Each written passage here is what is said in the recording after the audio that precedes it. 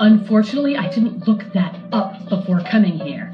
According to the account in Daniel, Belteshazzar is called his son and his successor, but they think maybe it might have been his grandson or some such, because that doesn't quite jive with Babylonian history, but I didn't look up the details on that.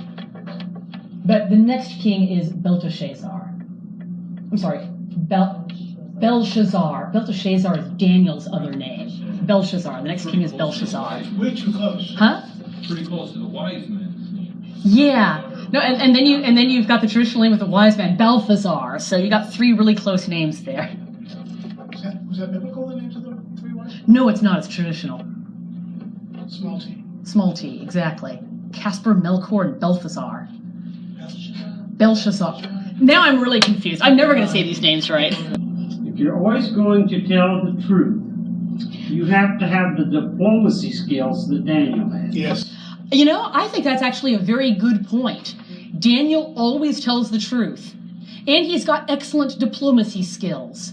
Good thing to keep in mind. Yes. Yes. He's got Not one without the other, or you're dead. Yeah. There you go. He's got God in his back pocket. Yeah, that too. And that's the most important lesson of all. He stuck with God. All right, now we're going to jump ahead to chapter 7. After more than 40 years as king, Nebuchadnezzar passes and Belshazzar, I got it written right here, Belshazzar becomes king. In the days of Belshazzar, Daniel has a vision. It's a lot like his vision of the statue. It tells of 4 kingdoms represented by 4 beasts. First, there's a lion with eagle's wings. That's Babylon. Then there's a bear raised up on one side. That's the second beast. That's Media Persia, where the Persians dominate the Medes. They're raised up over them. Next is a leopard with 4 wings and 4 heads. That's Alexander the Great, who conquers the world swiftly, then dies young and bequeaths his empire to his 4 generals. Next is a terrifying beast with iron teeth that devours the nations. That's Rome. This beast has 10 horns. The horns symbolize leaders. We find this again in the book of Revelation. Lots of parallels between Daniel and the book of Revelation. Then another horn comes up.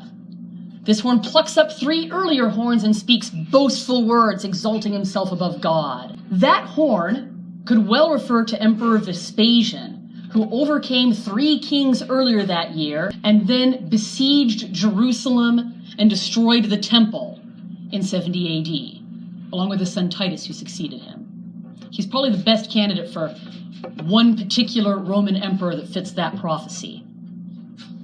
But suddenly, the scene shifts to the end of time. So we realize that the horn then is not only Caesar, it's the Antichrist. Just before the end of time, the Antichrist sets himself up against God and makes war against the saints until the time of the second coming. As I looked, thrones were placed, and one that was ancient of days took his seat. His clothing was white as snow, and the hair of his head like pure wool. His throne was fiery flames, its wheels were burning fire. A stream of fire issued and came forth from before him. 1,000,000 served him, and 10,000 times 10,000 stood before him. The court sat in judgment, and the books were opened. I looked then, because of the sound of the great words which the horn was speaking. And as I looked, the beast was slain, and its body destroyed and given over to be burned with fire. As for the rest of the beasts, their dominion was taken away, but their lives were prolonged for a season and a time. I saw in the night visions, and behold, with the clouds of heaven, there came one like a son of man. And he came to the Ancient of Days and was presented before him. And to him was given dominion and glory and kingdom, that all peoples, nations, and languages should serve him. His dominion is an everlasting dominion which shall not pass away, and his kingdom one that shall not be destroyed. It's Jesus! That's right! This is the final judgment. God the Father is the Ancient of Days. The Son of Man who is given everlasting dominion is Jesus. Jesus loved this passage. He quoted it more than once as referring to himself. The best quote is in the Gospel of Mark.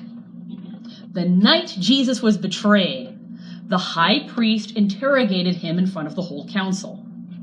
The high priest approached and asked him, "Are you the Messiah?" Jesus looked him in the eye and said, "I am. And you shall see the Son of Man coming with the clouds of heaven and standing at the right hand of power." They all recognized Daniel, and they all cried out, "Blasphemy!" The high priest tore his clothes. They began to beat him and spit on him, and they mocked him and shouted, "Prophesy!" It's one of Jesus' Daniel moments. Any thoughts on that? Was he quoting Daniel? He was quoting Daniel, absolutely. Okay. Yeah. And he's saying, yeah, not only am I the Messiah, I'm the one seated at the right hand of God, the one who rides on the clouds, the beginning and the end, and they're going... Because earlier in Mark, as we've been hearing at Mass recently, you have Jesus saying, "Don't tell anyone about how I healed you." But now, he's going full force.